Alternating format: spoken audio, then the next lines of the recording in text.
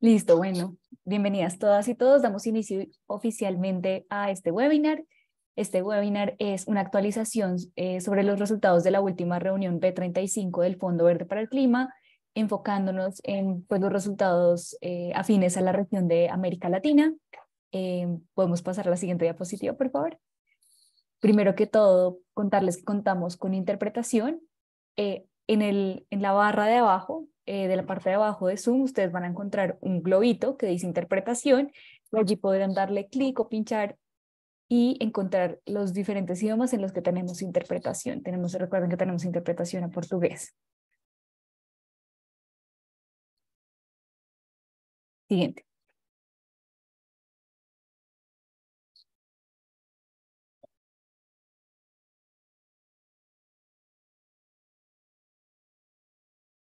Listo.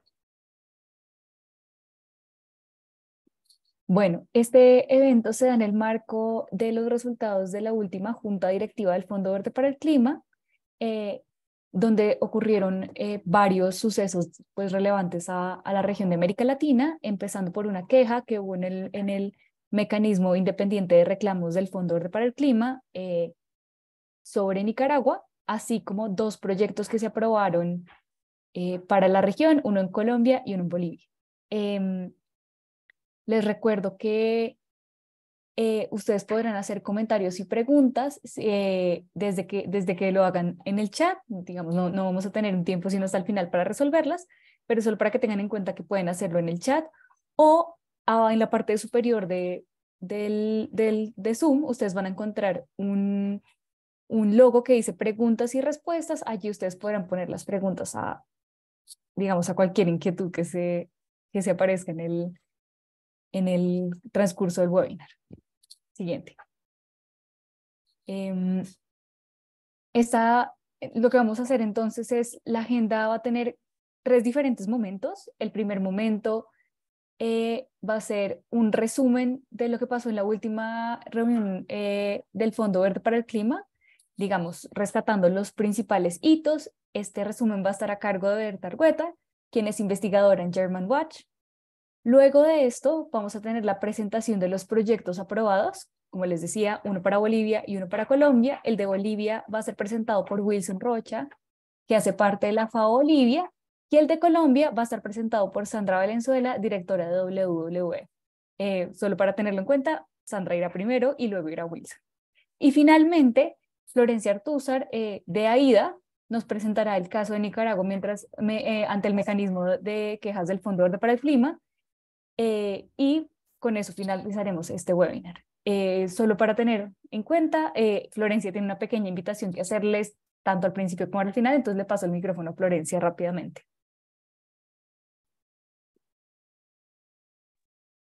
Hola, bueno, solamente que queríamos avisar que hoy día, después de este webinar, vamos a lanzar la convocatoria para unirse al Observatorio del Fondo del Clima, que va a ser una lista de correos en portugués y en español para compartir información sobre el Fondo Verde del Clima y sobre financiamiento climático en general.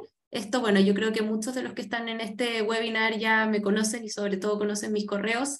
Y esto es como para que no les tenga que llegar por tantas distintas listas, sino que les llegue solo por una y para que podamos coordinarnos mucho mejor en lo que es la información, las posibilidades de trabajo conjunto, porque bueno, todos sabemos que lo importante que es que la sociedad civil actúe coordinada para hacer seguimiento al financiamiento climático. Así que de ahí les vamos a pasar les va a llegar un correo con un link para que se inscriban y puedan unirse a este observatorio para mejor coordinarnos. Gracias, Nati. Dicho eso, le paso la palabra entonces a Berta. Berta estuvo con el equipo, pues digamos que hacemos principalmente observación al Fondo para el Clima en América Latina, compuesto por Aida, Florencia y Camila, que están en este momento acá, y yo que hago monitoreo particularmente en género. Estuvimos con Berta, así que Berta, por favor, sigue. Muchas gracias. Espero que me puedan escuchar. Voy a encender un poco y voy a iniciar la presentación. La idea es dar una reseña general, o sea, no voy a entrar en los detalles que los demás panelistas van a dar sobre los temas específicos de América Latina. La idea en este caso es presentar como digamos, los resultados principales. Solo si pueden confirmar si ven mi presentación. ¿Sí? Sí. Perfecto. Bien.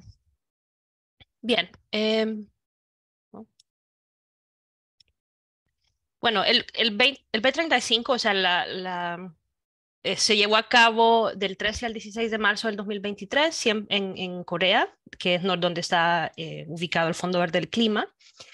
En este caso, el orden del día, bueno, siempre hay como muchos temas de discusión, pero estoy tratando de centrarme digamos, como las cosas más importantes. Este es un año bastante importante para el fondo, como vamos a ver.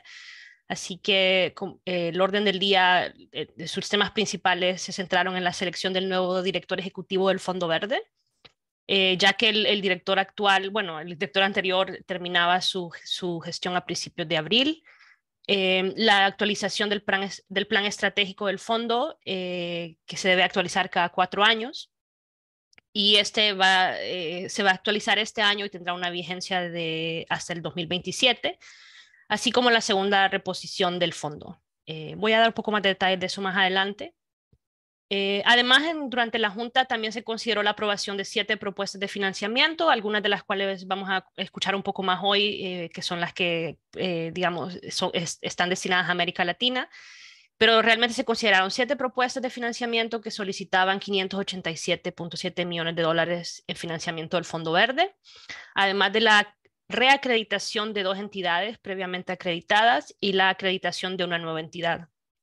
Como no sé cuál es el nivel de conocimiento en general sobre el fondo, solo quizás como rápidamente explicar que el Fondo Verde no implementa proyectos directamente en los países, sino que lo hace a través de entidades acreditadas, muchas de las cuales son organismos internacionales muy conocidos, como la Organización de las Naciones Unidas, la Banca Multilateral, y también organizaciones, digamos, nacionales que llamamos de acceso directo, que pertenecen a los países, y hay una gran variedad de ellos. Entonces, como para que estas entidades puedan acceder al financiamiento, se tienen que acreditar. Hay un proceso de acreditación y reacreditación cada cierto tiempo, y esto estaba siendo considerado también en la Junta. Y además, es importante resaltar, porque es relevante para la región también, que después de un año de ausencia, finalmente fueron nombrados los miembros titulares y suplentes de la Junta Directiva que representan a la región de América Latina y el Caribe. Estuvieron fuera un año por temas políticos, pero finalmente este año ya están de nuevo representando a la región, lo cual es muy importante por tener para América Latina representación de sus países en la Junta del Fondo Verde. Entonces, como para empezar con los temas principales, la elección de la dirección ejecutiva o del nuevo director, o en este caso directora ejecutiva, fue un proceso que se lanzó desde hace ya algunos meses, porque ya se sabía que el director anterior iba a salir. Obviamente hay un proceso de selección normal, donde se abre la convocatoria, se presentan los currículums, etcétera, pero al final es la Junta quien decide realmente quién va a ser el nuevo director. Entonces, después de un proceso de selección, digamos, más técnico, hay finalmente una sesión de la Junta que toma la decisión entre 3 candidatos finales. En este caso, el nombramiento se le dio a Mafalda Duarte. Para quienes no la conocen, es todavía, creo, actual directora de los fondos de inversión en el clima, los CIFs, aunque obviamente está en un proceso de transición, pero entiendo que todavía es la directora, o sea, todavía el Fondo Verde tiene un director ejecutivo temporal. Y ella fue electa como directora por un mandato de 4 años. Y desde el punto de vista, solo para agregar un poco, de las organizaciones de la sociedad civil que se involucran en el fondo, hay alguna cierta preocupación con ese nombramiento, por el potencial enfoque en un modelo similar al que se utiliza en los CIF, que está muy basado en la banca multilateral. Digamos que lo cual no necesariamente es algo que se apoya mucho desde la sociedad civil, porque generalmente los proyectos de banca multilateral son proyectos de préstamo, y bueno, para los que están como un poco enterados en los temas de financiamiento climático, sobre todo para lo que es la adaptación, desde la sociedad civil no se mira como positivo que este sea el modelo que se use para financiar las acciones de adaptación en los países en desarrollo. Siguiendo un poco con la siguiente. Uno de los temas muy importantes que se están dando este año es la segunda reposición del fondo. ¿Qué es la segunda reposición? Bueno, la reposición per se digamos, es el proceso formal. No sé si esta es la traducción correcta, la verdad, nunca lo había visto en español. En inglés es el second replenishment. Pero bueno, es el proceso formal mediante el cual se movilizan recursos para el Fondo Verde. Es decir, el fondo depende de digamos, los compromisos de países, sobre todo de países desarrollados, para financiar el Fondo Verde. Y hay un proceso formal a través del cual se movilizan estos recursos cada 4 años a través de estas promesas realizadas por los países contribuyentes. Hasta ahora el fondo ha tenido una movilización inicial del recurso, es el IRM, y una primera reposición que es el periodo GCF1. Y este año se está llevando a cabo la segunda reposición para un periodo de 4 años, que sería el GCF2. Y la Junta lanzó este proceso hace dos reuniones, en julio de 2022. El proceso consiste en una serie de sesiones de organización, de consulta con diferentes actores, incluyendo la sociedad civil. Y al final concluye con una conferencia de promesas de contribución que se va a llevar a cabo en octubre de 2023 en Alemania.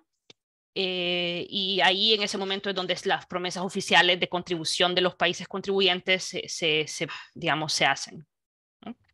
Entonces, durante el BEI 35 se presentó al facilitador de este proceso, que es el señor Mahmoud Moheldin, que fue un campeón de alto nivel de las Naciones Unidas para el Cambio Climático de Egipto, que fue la presidencia de la Conferencia de las Partes, la COP, del año pasado, y además es director ejecutivo del Fondo Monetario Internacional. Él tiene el rol de facilitar el proceso, digamos, de comunicar un poco con todas las partes, pero también un rol más político de hablar con los potenciales contribuyentes, etc. Y durante esta sesión también se discutieron, ya una vez presentado el facilitador, temas, digamos, de la reposición misma. Se discutieron, por ejemplo, temas del contexto internacional que afecta a la reposición, la pandemia, el COVID, la guerra en Ucrania, la recesión a nivel mundial, los niveles de endeudamiento de los países, sobre todo en desarrollo, etcétera, y cómo esto puede de alguna forma influenciar la reposición del fondo. Ya que como son promesas, digamos, que dependen de la disponibilidad de contribuir de los países, esta situación tiene que tomarse en cuenta, obviamente, durante la reposición. También se discutieron temas específicos de la reposición, digamos, algunos temas donde todavía no hay acuerdos o donde hay como, digamos, todavía discusiones pendientes o preocupaciones. Una de las cosas importantes es que se mencionó que, por ejemplo, durante la movilización inicial de recursos del fondo, que fue cuando el fondo inició y empezó a trabajar hace algunos años, en 2015, hubieron 43 contribuyentes. Hubieron en realidad más de 43, pero habían 40 países, digamos, desarrollados, por decirlo así, o anexo 1, ya no saben ni cómo llamarlos, y 9 contribuciones de países en desarrollo. Entonces, aquí solo estamos tomando la de los países desarrollados, más contribuciones de regiones y ciudades. Mientras que para la primera reposición, el GCF1, solo hubieron 34. Entonces se ve que hay una disminución en el número de contribuyentes, a pesar de que algunos contribuyentes doblaron sus contribuciones, pero sí se ve una reducción en el número de contribuyentes. Y la pregunta era cómo atraer de nuevo a estos contribuyentes de la movilización inicial para que contribuyan al GCF2.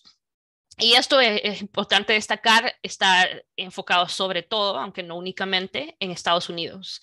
Y esto porque Estados Unidos no contribuyó para el GCF1, o sea, no dio ninguna contribución. Y aunque había prometido $3,000 millones para el IRM, para la movilización inicial, al final realmente solo pagó 1,000 millones. Y de hecho, hace una semana anunciaron que iban a pagar otros 1,000 millones que debían todavía de la movilización de recursos inicial, pero básicamente no contribuyeron nada al GCF1. También hay un tema que se ha discutido mucho a través de las diferentes reuniones, que es las potenciales contribuciones de nuevos contribuyentes. Y aquí el propósito es sobre todo movilizar contribuciones de economías emergentes.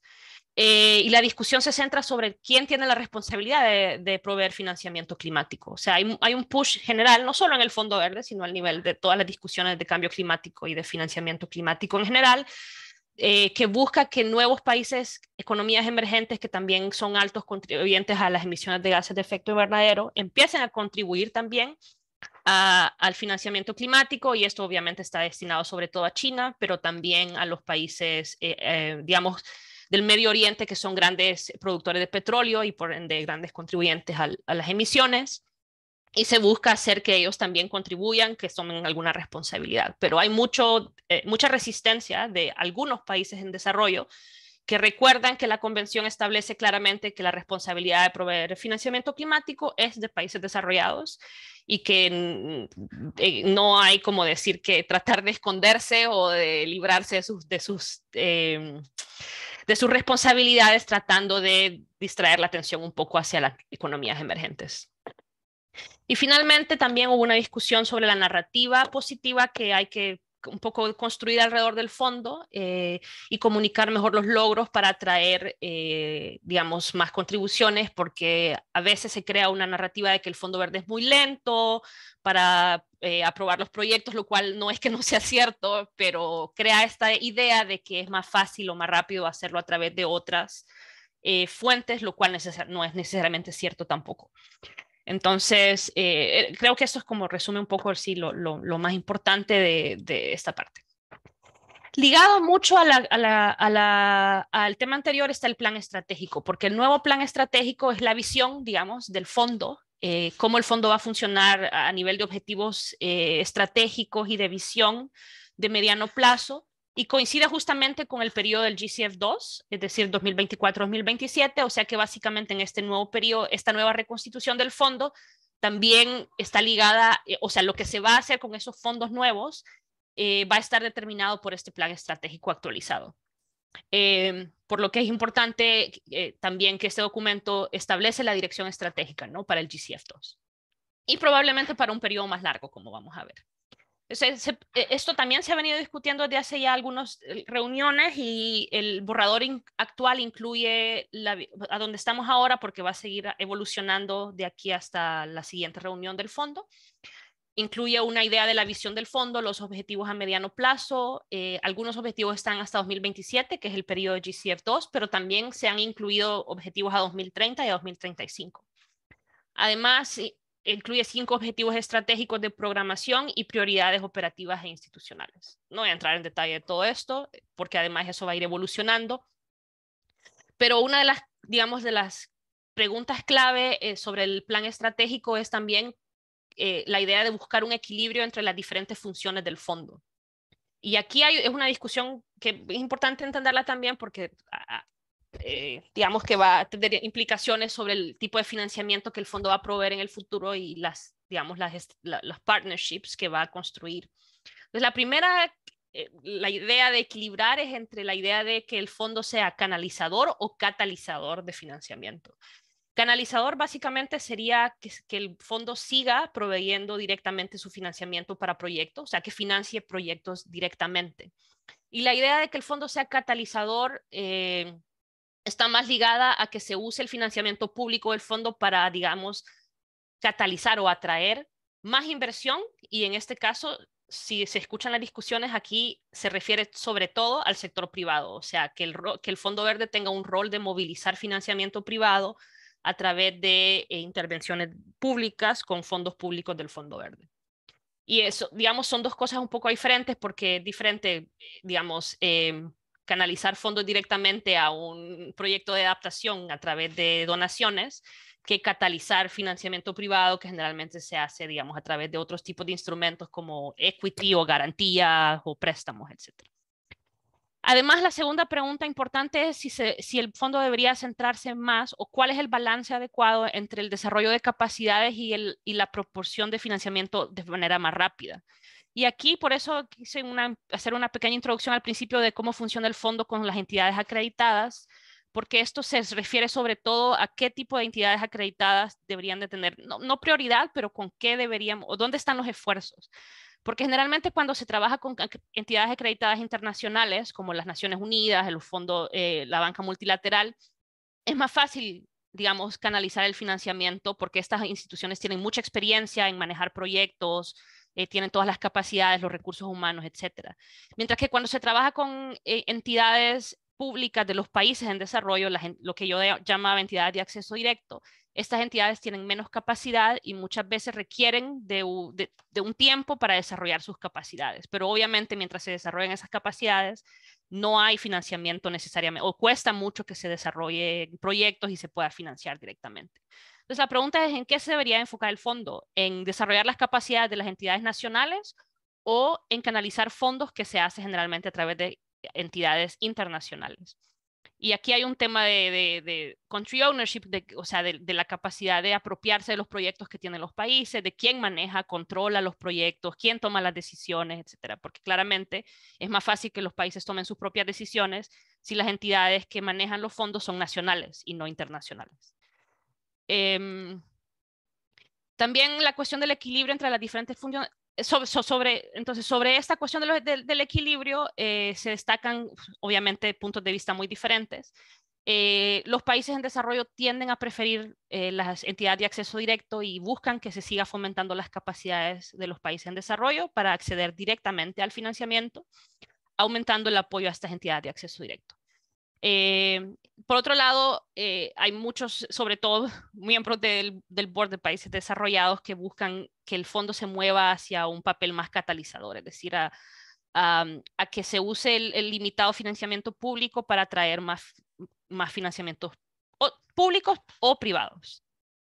También hay alguna duda sobre si el plan estratégico debería incluir objetivos más allá del GCF2, es decir, más allá de 2027. Y algunas diferencias de opiniones sobre los diferentes objetivos estratégicos. Por ejemplo, hay un objetivo de ecologizar los sistemas financieros, lo que se llama greening, ¿no? El sistema financiero, lo cual para muchos deja dudas de qué quiere decir esto. También se busca, como decía, el tema de acceso al financiamiento es muy importante, que haya un objetivo más claro en relación con el acceso y sobre todo con el acceso directo. Y algunos miembros de la Junta también piden que se incluya los pagos basados en resultados y de manera más general todo lo que tiene que ver con bosques. Y lo menciono porque esto es una de las prioridades específicas de los países o de los representantes en el Fondo Verde de los países de América Latina. Este tema de los pagos por resultados y los bosques, como que se financie ese tipo de proyectos. También, bueno, se menciona siempre, ¿verdad?, la necesidad de que al final el plan estratégico debe estar alineado con la disponibilidad de recursos, es decir, que para saber qué objetivos y qué tan ambiciosos pueden ser estos objetivos, primero tenemos que saber cuánto va a haber de recursos para el periodo 2024-2027, lo cual vamos a saber hasta en octubre. Pero algunos países en desarrollo ya proponen, por ejemplo, que se incluya un programa específico donde ya se diga cuánto va a programar el fondo durante el GCF2, que si se va a hacer o no se va a hacer, yo lo miro muy difícil, pero hay una propuesta. Y finalmente, durante este tiempo se presentó una hoja de ruta sobre cómo finalizar y aprobar el plan. El plan va a ser aprobado en el BB36, es decir, la siguiente reunión de la Junta. Y la propuesta es que de aquí a ese momento hayan reuniones informales o formales donde se toquen, digamos, los temas espinosos, es decir, donde hay desacuerdos para llegar al 2036. Rápidamente sobre la acreditación y la reacreditación, es importante porque son organizaciones que también tienen que ver con la región de América Latina y el Caribe. Se reacreditaron 3 instituciones, 3 organizaciones: el Centro de Cambio Climático de la Comunidad del Caribe, el Banco Interamericano de Desarrollo, y se acreditó a The Nature Conservancy, que es como una ONG más o menos internacional. Entonces, las 3 entidades fueron finalmente acreditadas o reacreditadas, pero la verdad es que hubo mucha discusión y mucha discrepancia sobre estas acreditaciones. Por ejemplo, con lo que se refiere al Centro de Cambio Climático de la Comunidad del Caribe, el 5Cs, los miembros de la Junta que vienen del Caribe, que representan al Caribe, se quejaron, por decirlo así, de que hay un tratamiento injusto hacia las entidades de acceso directo, como es el Centro de Cambio Climático de la Comunidad del Caribe, porque en el proceso de reacreditación se les exigió que desarrollen ciertas políticas y procedimientos antes de poder firmar el acuerdo marco de acreditación. Bueno, que esto es muy técnico, pero básicamente lo que quiere decir es que hasta que ellos no desarrollen un cierto nivel de políticas y procedimientos, no van a poder seguir accediendo a fondos para implementar proyectos. O sea, están acreditados, pero hasta que no desarrollen estas políticas no pueden acceder a los fondos. Y esto fue criticado por los representantes de la región porque obstaculiza obviamente el acceso al financiamiento y a las operaciones, y lo que ellos pedían es que en vez de hacerlo antes de poder acceder, se les diera más tiempo, o sea, pudieran todavía acceder al financiamiento, pero se les diera un tiempo mayor para acceder, porque lo que ellos alegan, eso ha pasado antes con entidades de acceso internacional, o sea, las entidades internacionales, y que no es justo que a ellos se les trate de manera diferente. Para la aprobación del BID, lo único que se modificó fue que se agregó un texto adicional en la, digamos, acreditación para reflejar que el BID ha tomado compromiso de alinear su cartera, toda su cartera de inversiones con el Acuerdo de París y, digamos, la decarbonización, porque todavía hay bastantes inversiones en el BID que están ligadas a combustibles fósiles. Y digamos, donde hubo más problemas fue con el TNC, porque hubo un miembro de la Junta que se opuso a la acreditación de TNC, alegando que hubo antes colaboración con TNC fuera del Fondo Verde, no con el Fondo Verde, pero digamos de manera bilateral, que resultó en TNC acusando al país de corrupción de manera injusta. Y esto dañó la reputación del país, y entonces el representante de esa región no quería que se acreditara TNC, y mencionaron un poco también como, digamos, que muchas entidades de acceso internacional tienden a pintar digamos, una idea de que es mejor usar entidades internacionales porque las entidades nacionales tienen problemas de corrupción, etcétera. O sea, fue una discusión bastante interesante en realidad, y como verán, mucho de esto tiene que ver justamente con ese, digamos, balance entre el uso de las entidades nacionales de acceso directo y las entidades internacionales. Y con eso creo que termino aquí. Eso es un poco como para darles una idea de los temas principales. O sea, se discutieron muchas otras cosas, pero como digo, o sea, creo que esto era como los puntos principales que quería compartir con ustedes. Así que le devuelvo la palabra a Natalia y muchas gracias. Muchas gracias, Berta. Creo que es un muy, muy, muy buen resumen. Y nada, entonces vamos a seguir con la parte donde vamos a hablar de los proyectos que fueron aprobados en la última junta. El primer proyecto es un proyecto de Colombia, y este proyecto lo va a presentar la actual directora de WWF Colombia. Sandra, por favor, bienvenida. Buenos días, buenas tardes para todos y todas. Muchísimas gracias por la invitación. Soy Sandra Valenzuela y soy la directora de WWF Colombia. Mientras que voy poniendo la presentación, pues quiero pues aclarar, WWF Colombia va a ser una de las entidades ejecutoras con patrimonio natural, que es como el Trust Fund o la entidad que trabaja del fondo para áreas protegidas, y la agencia acreditada con el GCF es WWF Estados Unidos. Lastimosamente no nos podían acompañar porque tenían como un retreat interno, y que acordamos de que lo presentara WWF Colombia en nombre de WWF Estados Unidos, que es la agencia acreditada y administradora. Entonces, ¿sí me escuchan bien, Natalia? Sí, te escuchamos perfecto, y también estamos viendo tu presentación. Ah, perfecto. Entonces, el proyecto recientemente aprobado en el Council, como nos estaban explicando, se llama Herencia Colombia, pero esto hace parte de un mecanismo de financiamiento mucho más robusto que el mismo proyecto que fue aprobado por parte del Fondo del Clima. nosotros llevamos aproximadamente 6 años diseñando un mecanismo de pago por resultados para la implementación de la política 2030 para el fortalecimiento del Sistema Nacional de Áreas Protegidas del país. Y ese programa, que es un mecanismo de financiamiento a largo plazo, se llama Herencia Colombia. Entonces, Herencia Colombia tiene diferentes fases en su diseño. Como digo, es un programa que se enfoca en un pago por resultados basado en un plan de conservación que diseñamos, que busca el financiamiento y la protección de 32 millones de hectáreas, donde representaríamos el 16% del territorio del país en áreas de conservación y en generación de ingresos y alternativas para comunidades indígenas, afrodescendientes y campesinas en el país. Y buscaríamos generar el incremento de la efectividad de manejo de esas áreas en el marco de diferentes paisajes, generando alternativas económicas para las organizaciones comunitarias, la disminución de diferentes tipos de presiones de acceso, por acceso a recursos naturales, tenencia de la tierra y diferentes factores de ilegalidad que hay en los diferentes territorios.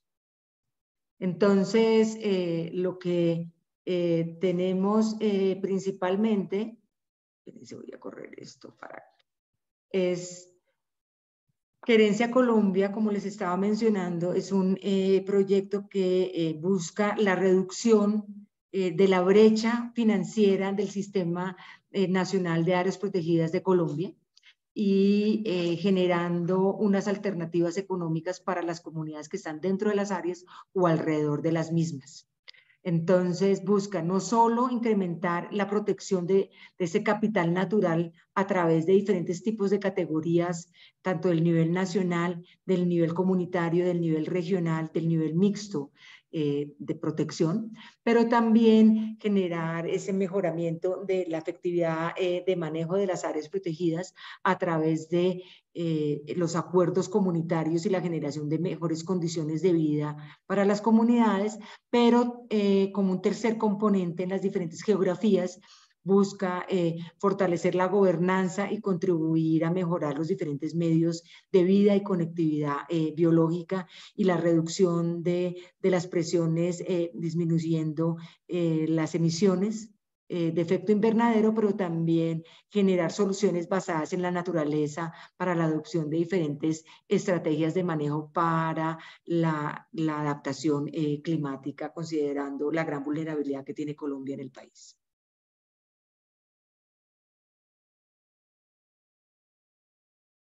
No me pasa allá.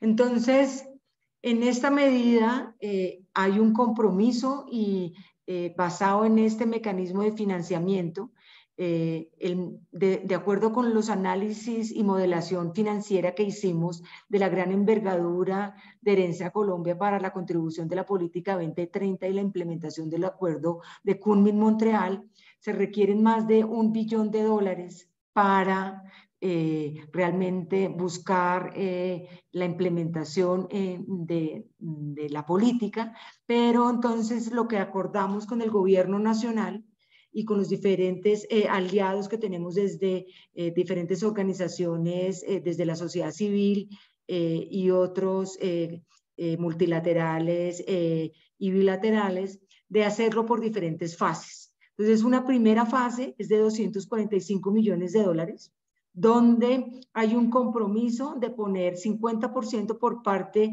del gobierno colombiano y 50% de poner o de contribuir con fuentes nacionales del país. ¿Por qué este compromiso? Porque lo que busca un financiamiento como Herencia Colombia, que es lo que llamamos un PFP o financiamiento para la permanencia, es que vayamos reduciendo la dependencia de la cooperación internacional, de la cooperación de la filantropía y de otro tipo de financiamiento externo hacia un financiamiento doméstico o nacional movilizando, creando diferentes instrumentos y mecanismos y vehículos de financiamiento nacional para ir generando un mayor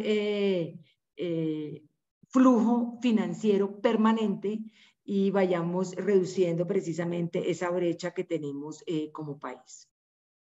Este es el modelo del financiamiento de la fase 1, donde tenemos una línea base que pone el gobierno colombiano y la idea, como les estaba mencionando, es que a través de las fuentes externas vayamos diseñando diferentes vehículos e instrumentos financieros a lo largo de esos primeros 10 años para ir reduciendo la dependencia y movilizando hacia una sostenibilidad de la inversión y hacia una sostenibilidad en financiamiento a largo plazo para cubrir no solo la brecha, sino incrementar lo que se ha denominado en el país financiamiento efectivo para las áreas protegidas y los territorios circundantes en los diferentes paisajes.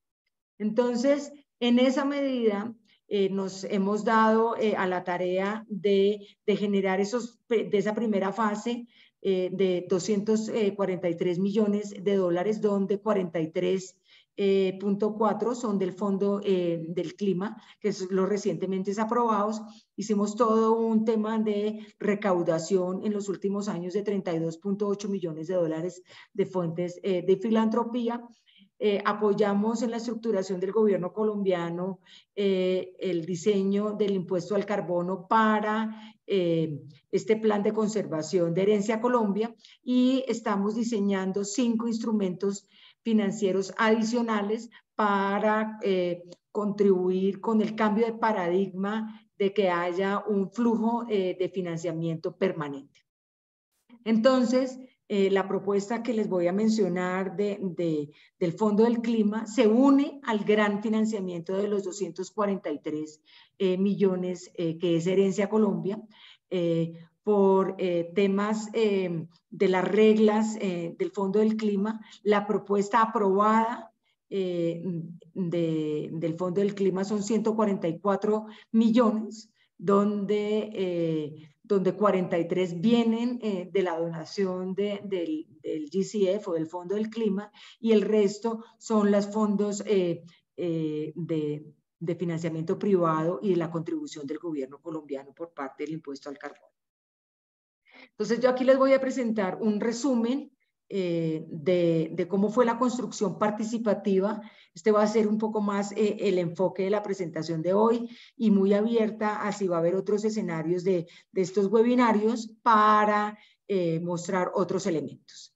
Entonces, el Plan de Conservación de Herencia Colombia, como les dije, tiene una envergadura bastante amplia de contribuir con los 32 millones de hectáreas de conservación efectiva y de generación de alternativas a las comunidades, y de ahí empezamos con los diferentes pasos de aprobación.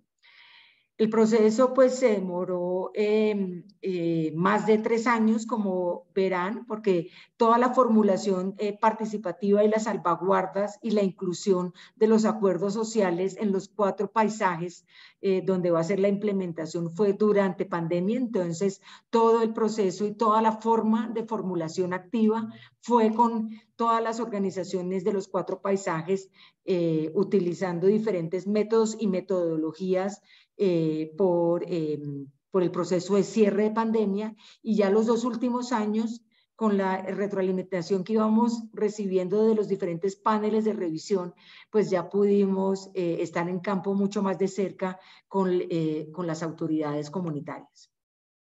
Entonces, este es un resumen rápido de la ficha de la propuesta de financiamiento del Fondo Verde del Clima, que, como repito, hace parte integral de Herencia Colombia. Como les decía, el monto son casi 150 millones de dólares y aquí tengo que actualizarlo porque se aprobaron, fueron 44 millones, disculpen, frente al GCF, y son 10 años de aprobación donde tenemos los diferentes paisajes de trabajo. ¿cómo se formuló? Entonces nosotros empezamos a generar todo un tema de la racionalidad climática, donde empezamos a mirar dentro de las prioridades de Herencia Colombia, tenemos 4 paisajes principales. En la costa caribe del país, en la zona de bosque seco de Colombia que se llama San Lucas, en los Andes centrales, donde es la producción del agua y la fábrica del agua del país, y la transición de la Orinoquía hacia lo que llamamos el corazón de la Amazonía. Y empezamos a hacer diferentes escenarios climáticos donde por escasez, por cambios de suministro de agua, por diferentes formas de exceso de agua o de ausencia de agua, y ver dónde era la mayor vulnerabilidad por parte de las comunidades, y saber que era desde la teoría de cambio que íbamos a proponerle al Fondo del Clima, que deberíamos de negociar con las organizaciones que están en las diferentes zonas frente a su nivel de involucramiento. Y empezamos a hacer todos estos ejercicios de racionalidad climática con las comunidades, y esto fue parte de los escenarios que los hicimos en línea con las comunidades, mostrándoles todos estos modelamientos comparativos entre los diferentes periodos y cómo ellos se iban a ver afectados en los diferentes territorios para tener sus percepciones adicionales. Empezamos a cruzar la racionalidad climática con los índices de pobreza multidimensional que tiene el país, porque de acuerdo con los análisis que tenemos, a mayor nivel de pobreza que de las comunidades, mayor nivel de vulnerabilidad frente a acceso, escasez de agua en los diferentes territorios y cómo podíamos abordarlos. Adicionalmente, empezamos a incluir dentro de estos análisis temas de equidad e inclusión de género, ya sea género por temas de jóvenes, por temas de niños, niñas y mujeres en los diferentes territorios, para poder generar unos acuerdos del tipo de accionar frente a esa gobernanza y gobernabilidad en los diferentes territorios, de cómo los diferentes segmentos de la población se veían afectados para buscar una verdadera equidad e inclusión de género y abordar los factores de pobreza multidimensional en los diferentes territorios de los que estamos hablando. Entonces, nos encontramos con que dentro de los paisajes de Herencia Colombia tenemos 2 tipos de paisajes.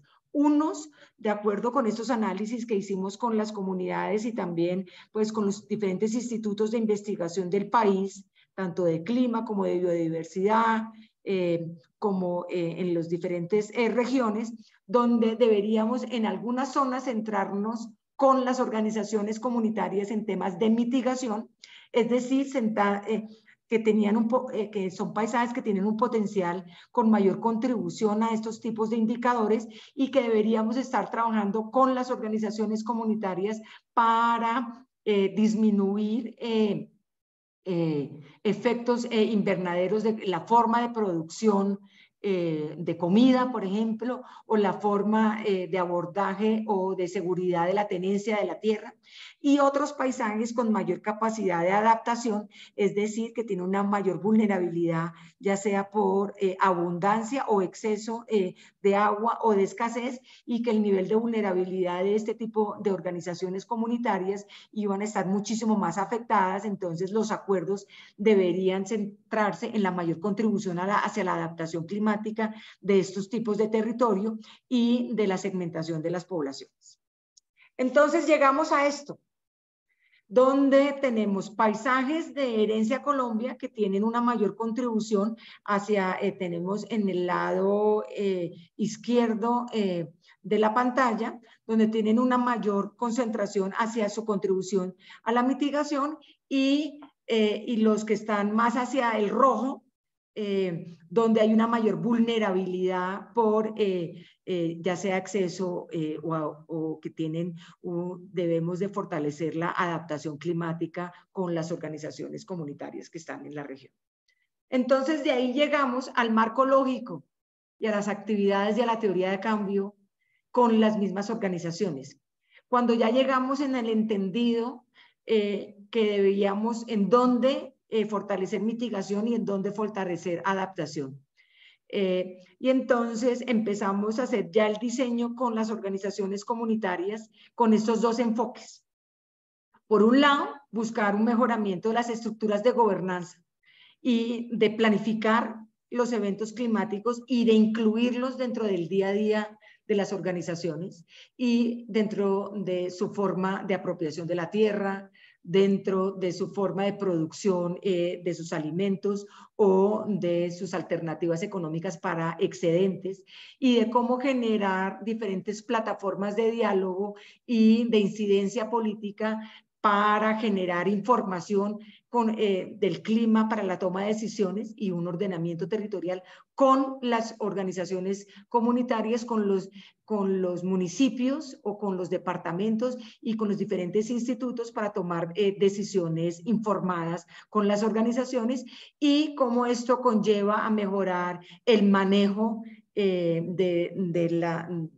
del acceso a la tierra, la seguridad de la tenencia de la tierra, procesos de restauración participativa y cómo fortalecíamos las capacidades de las comunidades para que fueran menos vulnerables. Y no me voy a detener, digamos, en todas las actividades, pero todo el marco lógico fue construido con las diferentes organizaciones de las que hemos estado hablando en los dos tipos de territorios o dos tipos de paisajes que tenemos, donde ya se empieza a focalizar dentro de los diferentes anexos que se entregan al proyecto, lo que se va a hacer con cada una de las organizaciones comunitarias y cómo va vinculando también diferentes componentes de género y generacional y roles dentro de las organizaciones, ya sea para mitigar o para adaptarse al cambio climático. Entonces, esto es un ejemplo de cómo fue el proceso de participación e involucramiento desde el inicio, cuando empezamos a socializar que se iba a formular el proyecto, después cómo empieza la formulación de los acuerdos, tanto para la teoría de cambio como de los análisis y modelamientos climáticos, y ya para después ir ajustando actividades y a medida que íbamos recibiendo los comentarios y reajustes solicitados por los diferentes equipos evaluadores del Fondo del Clima, íbamos trabajando en los ajustes y seguimientos permanentes con las organizaciones comunitarias. Entonces diseñamos un plan de participación general para la construcción de la propuesta, donde venían desde un nivel nacional con diferentes actores, desde el diseño de Herencia Colombia como un todo de la plataforma de gobierno nacional, y ya íbamos generando las diferentes estrategias con las partes interesadas en los diferentes paisajes, ya sea comunidades indígenas, comunidades afrodescendientes, comunidades campesinas, en las diferentes formas de accionar, integrando con todo lo que fue la construcción de la estrategia de género y de la pobreza multidimensional, como les estaba comentando, y cómo eso debía estar permeado por una estrategia de empoderamiento, de fortalecimiento de las organizaciones y de comunicación interna y externa, para que no fueran solo los líderes que participaban en los diferentes escenarios, tanto híbridos, virtuales, presenciales, que fuimos teniendo en cuenta. Esto es un ejemplo de participación de los diferentes talleres. En total fueron más o menos 1.242 tipos de participantes que tuvimos en los diferentes paisajes, donde ya empieza a generar también desde el punto de vista de mujeres, hombres, tipos de reuniones que tuvimos a lo largo de los años de formulación. Y igual cómo se empezaron a acordar los diferentes tipos de salvaguardas, ya sea vía adaptación o vía mitigación, o todos los mecanismos que se iban acordando por tipo de actividades, como en las diferentes zonas de trabajo. Ahí, como verán, también tenemos en su momento los tapabocas, porque fueron los momentos que podíamos hacer híbridos cuando se permitía por los temas de seguridad, de salud pública. Entonces, el diseño fue 100% participativo, como les estoy explicando, pero la estructura de ejecución también. Entonces, lo que se ha venido planteando, y yo sé que aquí se puede ver un poco complejo, es que nosotros tenemos un plan de conservación de herencia Colombia, donde hay unos resultados específicos, un modelo de financiamiento para movilizar diferentes fuentes financieras y un manual operativo donde nos dice cómo debemos operar, cómo debemos ejecutar. Eso se adoptó por parte en un acuerdo único en junio del año pasado. Y de ahí tenemos un comité directivo que aprueba los planes de ordenamiento, los planes de inversión anual. Parques Nacionales es el eje conductor que nos guía la implementación de Herencia Colombia como un todo. Y tenemos dos agencias ejecutoras, como les mencionaba al principio, para una de las fuentes financieras de Herencia Colombia, como es esta propuesta del Fondo del Clima, pero la ejecución se va a dar no solo a través del Fondo de Patrimonio Natural y WWF Colombia, pero se va a ejecutar con equipo de parques nacionales naturales, de otro tipo de autoridades regionales, con los municipios, con institutos de investigación, pero lo más importante son las asociaciones comunitarias con las que formulamos la propuesta. Ellas van a ser también ejecutoras y no solo pensados como beneficiarias de la implementación. Así generamos también todo un proceso de fortalecimiento de capacidades de las organizaciones locales, indígenas, afrodescendientes y campesinas, organizaciones de mujeres, organizaciones de jóvenes, para la sostenibilidad del accionar en territorio. Estos son ejemplos del marco de gestión que hicimos de salvaguardas específicas para todo el proceso de formulación y para la implementación de lo que se viene una vez aprobado en abril del proyecto, y todo el marco de gestión ambiental de las salvaguardas fueron también acordadas dentro de los paisajes de implementación con cada una de las organizaciones comunitarias. Entonces, como le repito, no fueron que solo ayudaron al diseño de la teoría de cambio de las actividades, siéndose partícipes y empoderadas, sino también de esas salvaguardas y el marco de gestión de cada uno del tema. Entonces, estos acuerdos es cómo buscaron el diseño y la participación de los diferentes tipos de actores, y esto pues fueron los diferentes tipos de reuniones y cómo van a participar en la implementación en este marco de gestión. Y obviamente las salvaguardas que fueron diseñadas, pues fueron incluyendo todo el tema de la inclusión social, de la equidad de género, de incluir a jóvenes en los diferentes procesos de gobernanza, en la implementación de las soluciones basadas en la naturaleza, en las economías locales, pero también en la generación de diferentes instrumentos financieros para la movilización de fondos para la sostenibilidad de la inversión, como lo solicita los lineamientos del GCF que nos explicaban ahorita al principio. Entonces también construimos el marco de mecanismo de atención y quejas y reclamos específicos con las organizaciones y con los diferentes institutos y autoridades públicas que van a estar participando en la implementación del proyecto para que fuera construido desde el principio. Obviamente también trabajamos con muchas de las organizaciones que hacen parte del gran GCF, como es AIDA, trabajamos con la COICA como parte de una de las, sabiendo que la implementación de Herencia Colombia no incluye pueblos indígenas amazónicos, solo incluye pueblos indígenas en el Caribe. Igual incluimos a muchas de las organizaciones de la sociedad civil que aprueban en el Consejo, como nos lo explicaba el equipo de AIDA al principio, para que estuvieran involucradas de cómo estábamos generando todo el proceso de participación. Igual, pues tenemos cartas de respaldo por parte de cada una de las organizaciones étnicas, por parte de las organizaciones campesinas y por parte de ONGs locales y nacionales que van a estar implementando. Igual, cartas de contrapartida por parte de organizaciones públicas y obviamente todo el respaldo institucional del punto focal del Fondo del Clima en Colombia para la implementación. Esto es, en términos generales, lo que quería compartir de cómo fue el proceso durante desde el 2020 en la construcción colectiva y colaborativa y participativa con las organizaciones, tanto sociales como organizaciones públicas que generamos. Listo, muchísimas gracias, Sandra.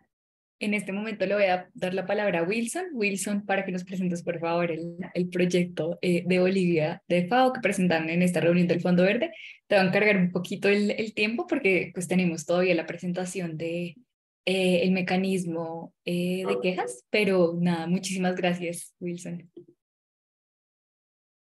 Gracias, Natalia. Muchísimas gracias en tu persona a Aida, que nos ha invitado a este evento tan importante para nosotros y poder tener este espacio donde podamos compartir todo el trabajo que se ha estado haciendo desde FAO Bolivia para poder llevar adelante este proyecto, ¿no? Entonces, en ese sentido, me voy a permitir compartir de manera muy rápida el proyecto.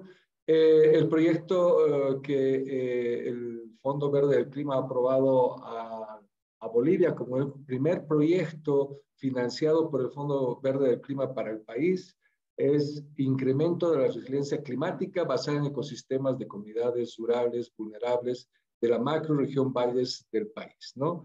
Es importante mencionar un resumen muy rápido. Ustedes pueden ver ahí el mapa de Bolivia. Aproximadamente Bolivia tiene como 100 millones de hectáreas y en estas 100 millones de hectáreas tenemos todo este tipo de divisiones ecológicas, ecorregiones. Según el Plan de Desarrollo Económico Social del año 2015, 2016, 2020, se ha macro-regionalizado el país en función a sistemas productivos comunes que existen en la zona, sin dejar de lado la división político-administrativa, y aprovechando más bien el potencial asociado a los ecosistemas, a las divisiones ecológicas, a los pueblos y naciones indígenas, a las comunidades campesinas y pequeños agricultores.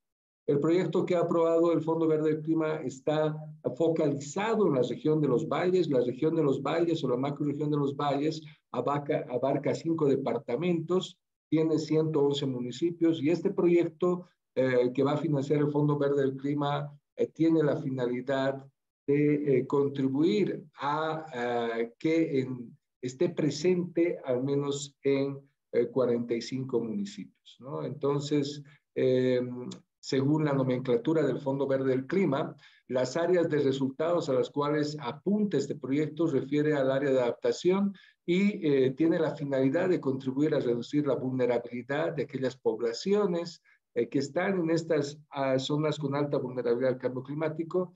Ahí están los municipios que hemos elegido. En primera instancia se ha referido a estos municipios con un fenómeno climático extremo, con el cual a partir de el requerimiento del entonces presidente del Estado Plurinacional al entonces director global de la FAO, ha requerido la implementación de un proyecto que tenga que ver de enfrentar la sequía extrema que se da en estos municipios de la macrorregión Valles. Aproximadamente tenemos 45 municipios a los cuales va a abarcar este proyecto, que están demarcados ahí, y como ustedes pueden ver, según este mapa de vulnerabilidad a las sequías, los municipios con pintados en rojo y naranja, y son los con alta vulnerabilidad y vulnerabilidad alta al fenómeno de la sequía. Entonces, tiene la finalidad de contribuir justamente a restauración y conservación de ecosistemas asociados a la regulación hidrológica,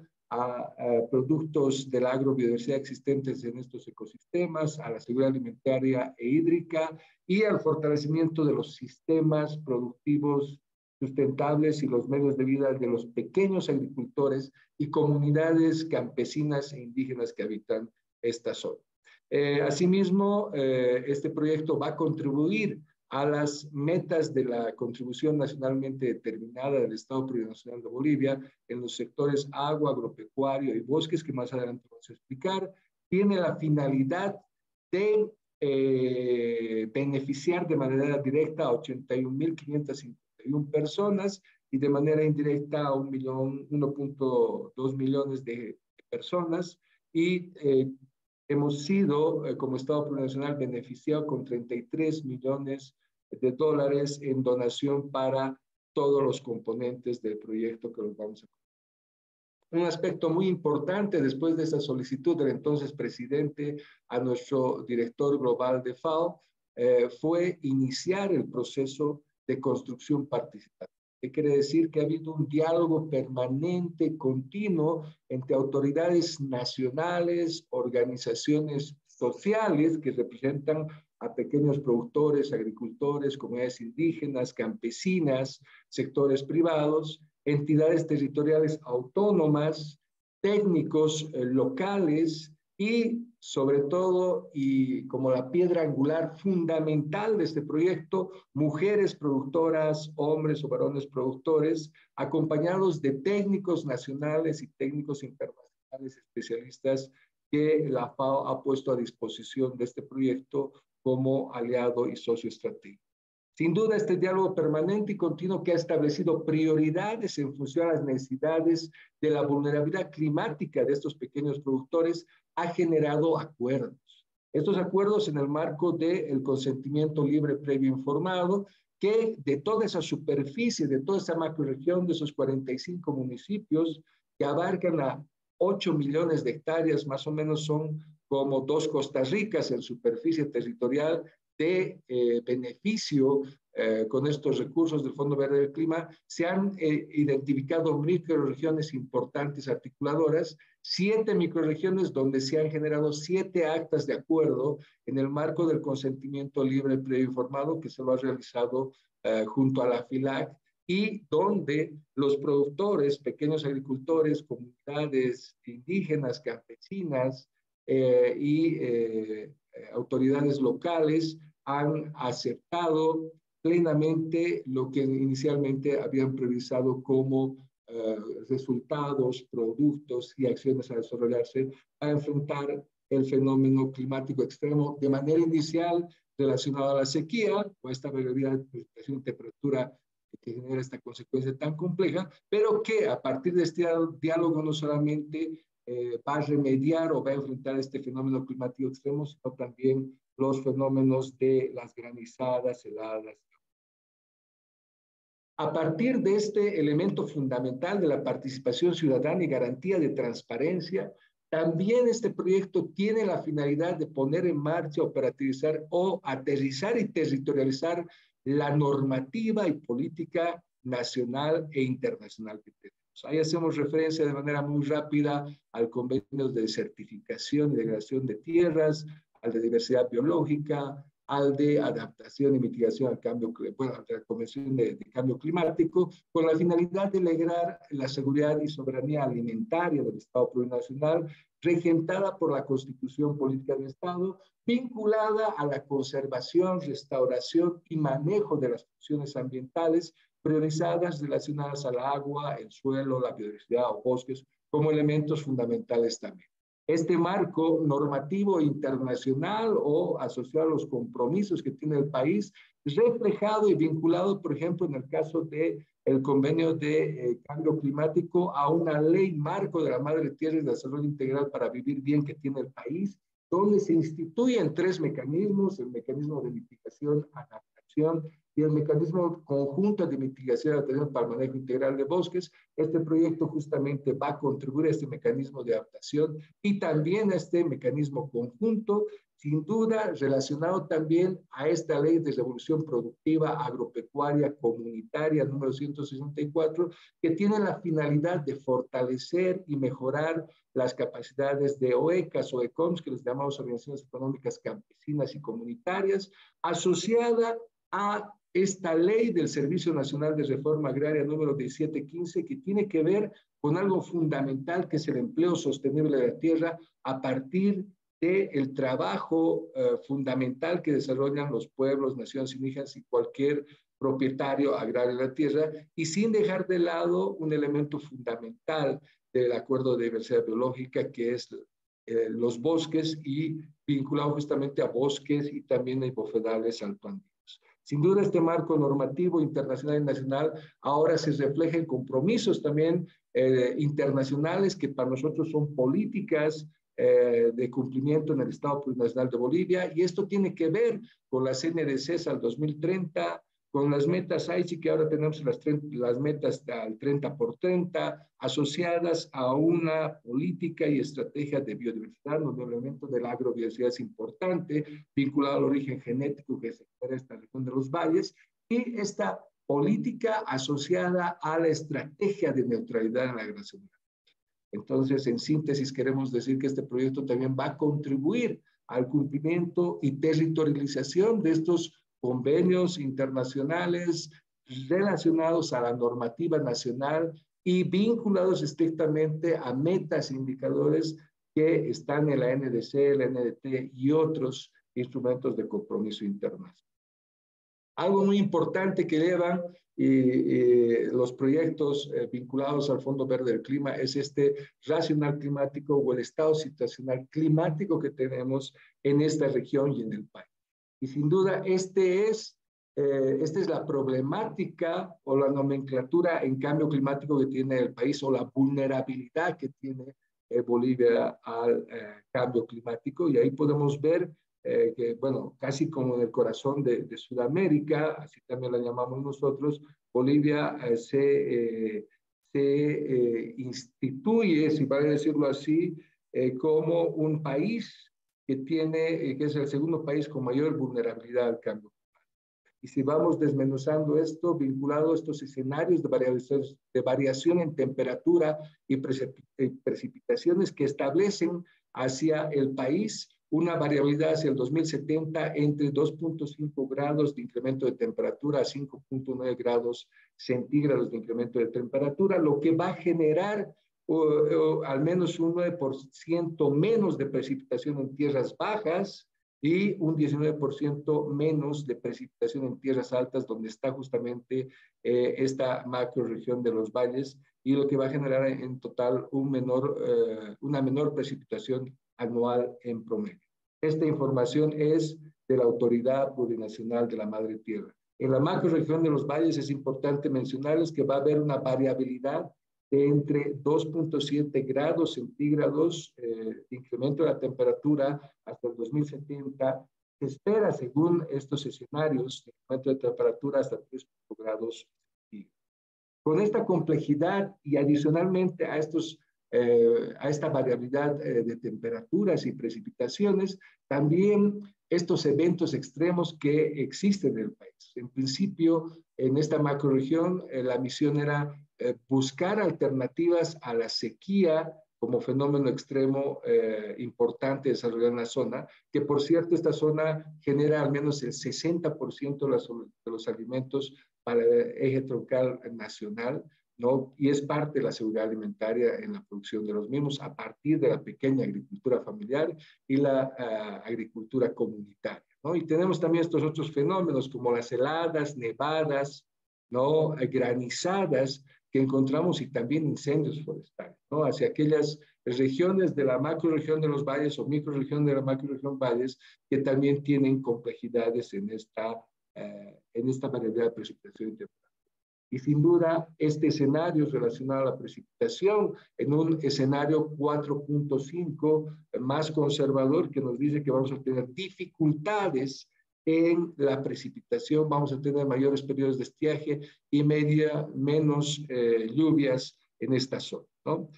A partir de este estudio, que también ha sido socializado en las regiones, pero sobre todo alertado por los mismos productores, que son los que sufren el embate del cambio climático, vinculado no solamente a la sequía, sino granizadas, heladas y un sinfín de fenómenos, es que se genera este proyecto con 4 resultados y un objetivo importante, que es este incremento de la resiliencia en los pequeños agricultores y las comunidades de la macroregión de los valles, con la finalidad de, como primer resultado, lograr sistemas agrícolas resilientes al cambio climático y poder transitar de una agricultura tradicional, si vale decirlo así, o convencional, más bien dicho, hacia una agricultura resiliente en cuanto a estos fenómenos climáticos extremos, pero también es resiliente en cuanto a el manejo sustentable de la propiedad asociada a este empleo sostenible de la tierra.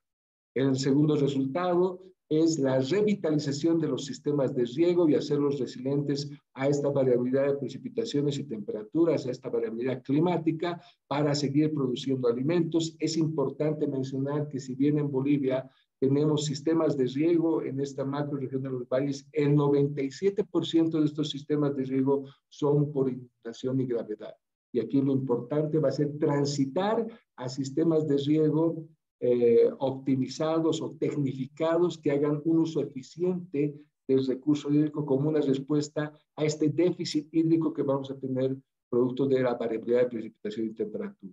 Un resultado 3, asociado a la conservación y restauración en Bolivia, según la nomenclatura legal, se refiere a los ecosistemas, se dice ecosistemas como soluciones ambientales a través de la gestión local y sobre todo la regulación hidrológica, a partir del manejo de las microcuencas para contribuir a esta seguridad hídrica en el marco de la gobernanza territorial vinculada a los recursos bosque, agua, suelo y biodiversidad.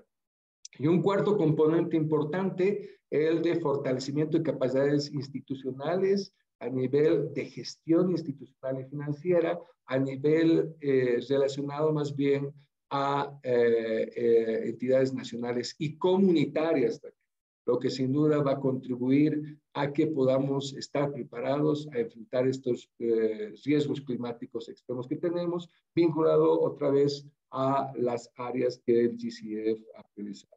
Estos son los indicadores de impacto. Qué pena contigo. ¿No? Tenemos poquito tiempo, entonces necesitamos ya cortar porque tenemos que seguir cerramos. Al siguiente. Fantástico. Gracias.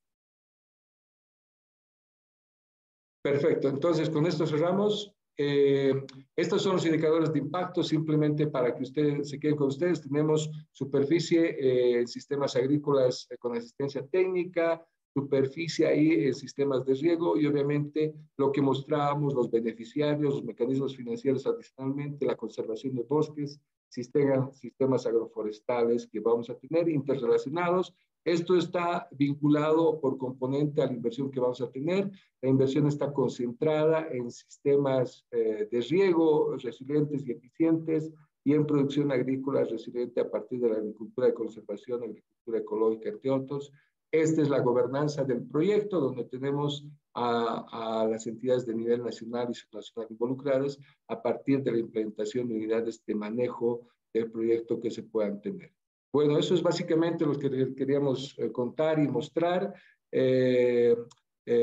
dejando presente que la piedra angular de la construcción de este proyecto han sido los pequeños agricultores, las comunidades indígenas y campesinas que están siendo ya afectadas hoy en día en esta macroregión por la sequía, las heladas, las granizadas y otros fenómenos que están haciendo que estas poblaciones sean más vulnerables cada vez. Y bueno, simplemente para finalizar, este proyecto tiene 23 anexos y dentro de ellos todos los temas en salvaguardas sociales ambientales y planes de género y pueblos indígenas. Muchísimas gracias. Listo, Wilson. Muchísimas gracias por tu presentación. En este momento le paso la palabra a Florencia, que nos va a presentar el caso de Nicaragua frente al Mecanismo Independiente de Reclamos del Fondo Verde para el Clima. Gracias, Nati. Vic me va a ayudar con la presentación.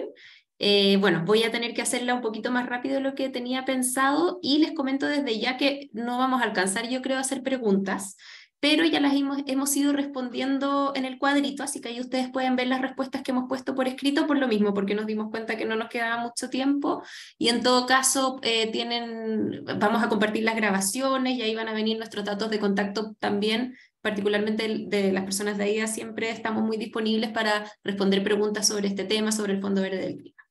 Así que, Vic, no sé si puedes compartir la presentación.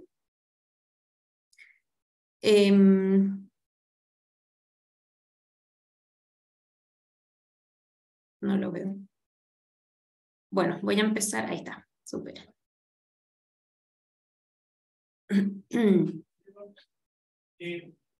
Bueno, entonces les voy a hablar de este caso que ha sido un caso muy emblemático. Me imagino varios ya han escuchado de esto. Dale con la siguiente. Yo había puesto aquí esta laminita también para aprovechar de invitarlos al Observatorio del Fondo Verde del Clima, que vamos a lanzar ahora después de este webinar, que es un lugar donde ustedes se pueden inscribir para recibir información más informada sobre financiamiento climático y el Fondo Verde del Clima, y también para que nos entusiasmemos con más trabajos conjuntos, monitoreo alrededor de esto que es tan importante, que es unir fuerzas alrededor del financiamiento climático. Ese es el aviso. Siguiente, por favor. Y ahora ya nos adentramos en los bosques de Nicaragua, de donde se gesta, antes, por favor, este proyecto. Nicaragua tiene unos bosques maravillosos que albergan muchísima vida y también muchos pueblos indígenas, pero están en peligro. Hay mucha deforestación y también hay mucha violencia contra los pueblos indígenas. Sobre todo en el último tiempo ha escalado mucho. En este contexto se presenta el proyecto Bioclima, la siguiente, que fue aprobado en 2020 por la Junta del Fondo Verde del Clima. El proyecto Bioclima fue presentado por la entidad acreditada, el Banco Centroamericano de Integración Económica, conocido como el BESIE, y bueno, es para ser implementado en Nicaragua, en la zona más importante en términos de biodiversidad, donde está 80% de los bosques del país y donde habitan la mayoría de las comunidades indígenas. Se aprobó un monto de $116 millones, de los cuales la mitad más o menos proviene del Fondo Verde del Clima. Y la idea es restaurar paisajes degradados, o sea, ayudar con el problema de la deforestación. Incluso está vinculado con el proyecto REDD+ para Nicaragua, que tiene que ver con reducir emisiones de gases de efecto invernadero relacionadas con la deforestación. La próxima, por favor. Este proyecto, por supuesto, suena bien en términos de como un proyecto, pero la verdad es que ha sido contestado desde su gestación. La propuesta, adelante Vic con la próxima, la propuesta de Bioclima se encontró con resistencia desde su aprobación, o sea, ya una vez que fue aprobada por la Junta Verde, se escucharon alegatos porque no había habido consultas adecuadas, había habido una absoluta falta de transparencia por parte del BESIE, que se ha comportado muy hermético, incluso por tanto problema que hubo, la Junta del Fondo Verde del Clima lo aprobó con condiciones. El aprobar proyectos con condiciones es una facultad que tiene el Fondo Verde del Clima cuando no está totalmente convencido con una propuesta, entonces la aprueba con condiciones, lo que quiere decir que las entidades acreditadas que canalizan los fondos deben cumplir con ciertos requisitos antes de que se les entreguen los fondos. Este fue el caso de este proyecto, esto sucede solo a veces. Y las condiciones eran varias, pero como la más importante para lo que estamos hablando ahora y como la más decidora, era de que se exigía que se nombraran a una o más agencias independientes y terceras que supervisaran la implementación del proyecto para garantizar la participación legítima de los pueblos indígenas. O sea, se requería como una supervisión desde afuera, precisamente porque no había suficiente confianza desde las comunidades que estaban haciendo muchísimo ruido, de parte de la entidad acreditada, que era el BESIE, y de parte de la entidad implementadora, que era el gobierno de Nicaragua a través de su Ministerio de Medio Ambiente. La siguiente. Pero todo esto derivó de todas formas en una queja ante el IRM, que es precisamente lo que nos convoca hoy día. Esta queja fue presentada por representantes de las comunidades indígenas afectadas, que de hecho se arriesgaron haciendo esta queja, porque en Nicaragua hay muchos problemas de represalias por cualquier manifestación como contraria al gobierno.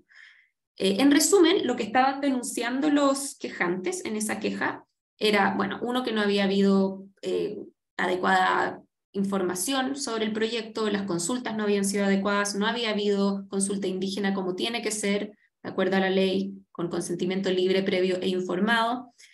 Había riesgo de que este proyecto aumentara más la degradación que ya estaba ocurriendo en la zona y que aumentara la violencia que estaban sufriendo las comunidades indígenas, aún más. Hay una falta de confianza en el banco, que hace de entidad acreditada, como ya había mencionado, que parece no cumplir con las políticas del Fondo Verde del Clima. Hay también una falta en el gobierno de Nicaragua, que debería ejecutar este proyecto, y también se hizo nota de que las condiciones que se habían impuesto al proyecto no se estaban cumpliendo para nada, no había información sobre ellas, nada. Es entonces la queja. ¿Por qué este caso es tan importante? La próxima. Este es el primer caso ante el mecanismo de quejas del Fondo Verde del Clima que termina en un informe de evaluación de cumplimiento. O sea, han habido varias quejas ante el Fondo Verde del Clima, ante el mecanismo de quejas del Fondo Verde del Clima, pero todas han terminado como antes de llegar a esta como etapa final, que es la más larga y dedicada, por decirlo de alguna forma. O sea, se ha llegado como a una especie de mediación anterior a llegar a realmente hacer la investigación que ocurre cuando ya no queda otra que terminar como el proceso completo. Y en este caso no fue posible la mediación, entonces terminó en un informe de evaluación de cumplimiento, que significa que personal del IRM viajaron a Nicaragua a hacer una investigación muy dedicada, y así fue. Entonces este es un proyecto emblemático, proceso emblemático por eso, porque tuvo en cuenta una investigación muy importante de lo que estaba ocurriendo en terreno. El IRM fue a Nicaragua, entrevistó a los quejantes, entrevistó a gente del gobierno, de la entidad acreditada, gente que estaba en contra, a favor, se hizo una idea como muy completa. En ese sentido, en la resolución que se le dé a este caso, o sea, lo que diga la Junta después de que que se le presente el informe, es muy importante y puede sentar un precedente muy importante. Bueno, déjala ahí nomás, Cris, porque ahora voy. Entonces, hablemos un poco de los problemas. La verdad es que faltan razones para confiar en que esta propuesta va a hacer lo que dice hacer, que es como, no, para atrás, Vic.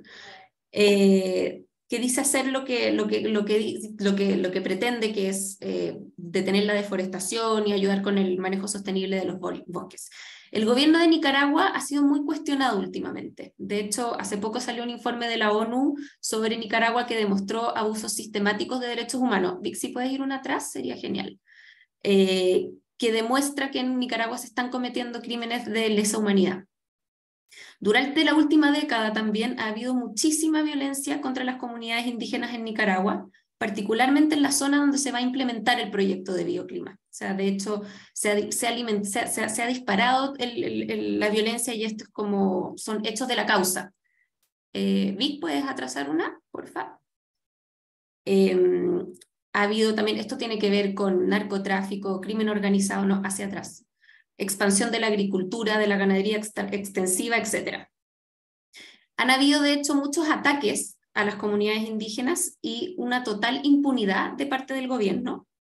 De hecho, no hay como ninguna evidencia de que el gobierno esté intentando perseguir a esas, como ver qué está pasando con todos esos asesinatos, crímenes, persecuciones. Es una situación muy, muy grave y de mucha impunidad. De hecho, en los últimos 10 años hay registro de más de 35 ataques. Solo en marzo pasado hubo un ataque a la comunidad Huilo, donde asesinaron a 5 comunitarios. Y a pesar de toda esta violencia, que es como tan evidente en la zona, el asunto de la violencia no fue abordado en la propuesta de financiamiento que se presentó al Fondo Verde del Clima. O sea, como que no fue tema el hecho de que el proyecto se iba a implementar en un lugar con tanta violencia. Entonces realmente como que no se ve interés del gobierno en atender este problema, y es como raro que se implemente un proyecto en un lugar donde hay tanta violencia y donde no está intentando al menos resolverse. Voy a tener que ir un poquito más rápido porque estoy viendo que se nos está acabando el tiempo. El informe del IRM es confidencial, no ha sido públicamente compartido, pero los quejantes sí tuvieron acceso a un borrador que al parecer es muy parecido a la versión final.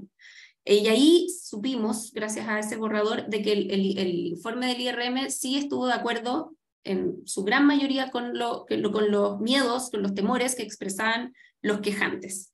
Y es bien increíble porque dejan claro que es cierto que está todo este escenario de violencia, bueno, eso es muy evidente, pero también dice que le pidieron como respuestas al gobierno de Nicaragua, como qué pasa con toda esa violencia, qué han hecho para evitarla, y que no hubo respuesta. Eso es como muy decidor. También evidencian que no hubo efectivamente procesos de FPIC adecuados, de participación, consulta previa, libre e informada, y que entonces había como un escenario muy complejo, habían personas de hecho en la zona del proyecto que ni siquiera sabían del proyecto. Entonces ahora sí llegamos a esta lámina, que lástima que ha estado desfasado el PowerPoint. La entidad acreditada del BESIE tampoco da ni una seguridad, ni una certeza, se ha comportado hermético totalmente. Desde que se aprobó el proyecto no ha publicado ninguna información sobre el proyecto. Después de la aprobación del proyecto, de hecho, las organizaciones de la sociedad civil han pedido en varias ocasiones información y no la entrega. De hecho, han pedido información sobre las condiciones y nada. Entonces, también esto se suma a pasados también informes que han salido de supuestas corrupciones en el BESIE, entrega de fondos a Nicaragua que no están suficientemente ni convincentemente explicitados dónde van. Entonces, tampoco hay como ahí confianza.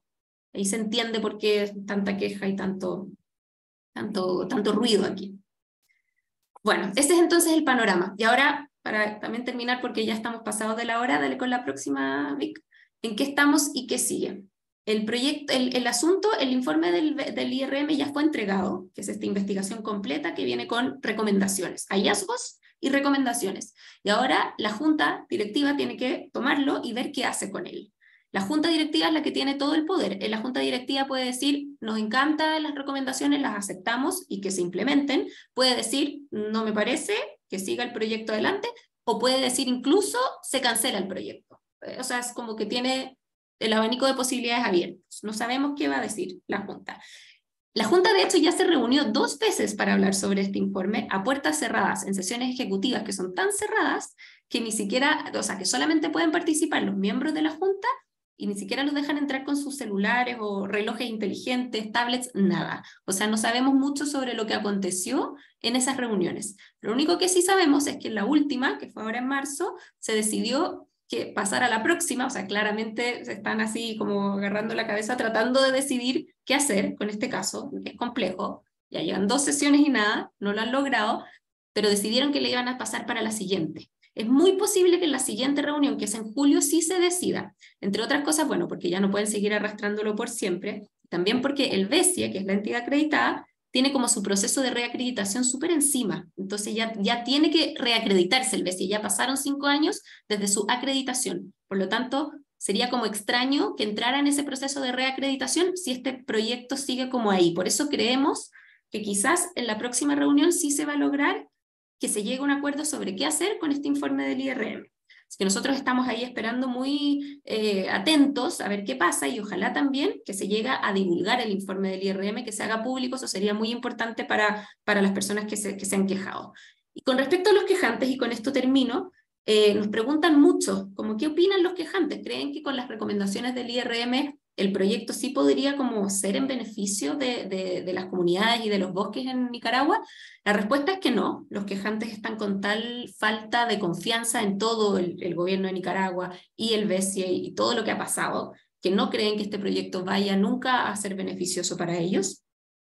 Pero, habiendo dicho eso, igual no sería malo que se aprobaran las condiciones, que se aprobara el informe del IRM tal como está, porque de partida hay muchas razones para pensar que el gobierno de Nicaragua quizás no seguiría adelante con el proyecto, porque el gobierno de Nicaragua no ha sido abierto a que lo monitoreen en general. Hace poco expulsó a la ONU del país, ha cerrado todas las ONGs del país, entonces sería raro que aceptara que se implementara este proyecto, que obviamente vendría con algún tipo de supervisión. Es claro que el IRM va a ir por ese lado, es también la condición que le impusieron para darle los fondos. Y eso el gobierno de Nicaragua probablemente no lo va a aceptar. Entonces igual, probablemente si es que se aceptan las recomendaciones del IRM, es muy probable que el proyecto no vaya, que Nicaragua se eche para atrás.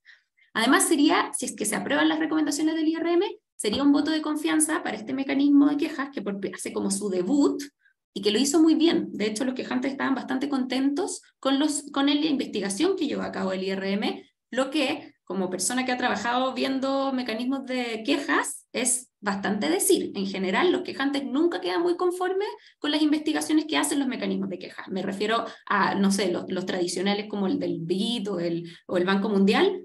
En este caso estaban bastante contentos, que eso es como harto decir. Entonces sería súper bueno poder darle un voto de confianza al IRM, que la Junta le dijera, buen trabajo, vamos a ir con lo que tú propones. En ese sentido también sería bueno que la Junta aprobara. Además sería obviamente un mensaje potente para el gobierno de Nicaragua y sería también un precedente para el Fondo Verde del Clima, para que no vaya y entregue fondos así nomás cuando se trata de gobiernos que no están siendo como muy abiertos, que están con problemas de derechos humanos, y lo mismo con las entidades acreditadas. Eso ocurre, por supuesto, mucho en los países del sur global en general y de Latinoamérica. Nicaragua no es el único, lamentablemente hay muchos problemas así en nuestra región.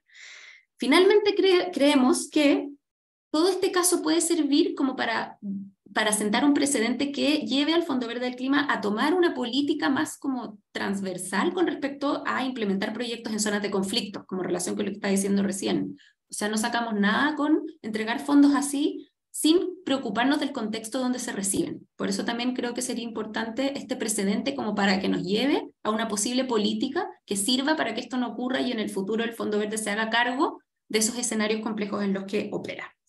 Y finalmente también nos sirve para que el BESIE reciba unas buenas condicionantes para su reacreditación, que mejore los términos de transparencia, porque el BESIE igual, nos guste o no, está entregando un montón de financiamiento a toda la región, al Caribe, más que nada. Así que eso, ahí estamos, lo tuve que decir un poco rápido, pero como les decía, siempre disponible desde ahí para conversar más, quien tenga dudas me escribe, y eso, hasta pronto. Muchas gracias. Le dejo a Natalia el micrófono. Yo creo que no vamos a alcanzar a hacer preguntas porque estamos, de hecho, pasados. Hola, Lore, gracias por la presentación. Creo que siempre aclaro un montón sobre, en general, la funcionalidad del mecanismo también. Muchas gracias a todas y todos los que se quedaron con nosotros hasta este punto. Nuevamente invitarles a que se unan a la lista que vamos a hacer de observación para América Latina y el Caribe. Y si tienen cualquier otra pregunta o inquietud, pues ya saben que se pueden contactar conmigo, con Florencia, con Camila de AIDA. Muchas gracias nuevamente a Sandra, a Wilson, a Berta por la presentación y quedamos atentas a cualquier cosa. Gracias, Nati. Nos vemos. Gracias a todos. Les compartiremos la grabación. Gracias a todos y a todas. Gracias, chao. Chao, chao.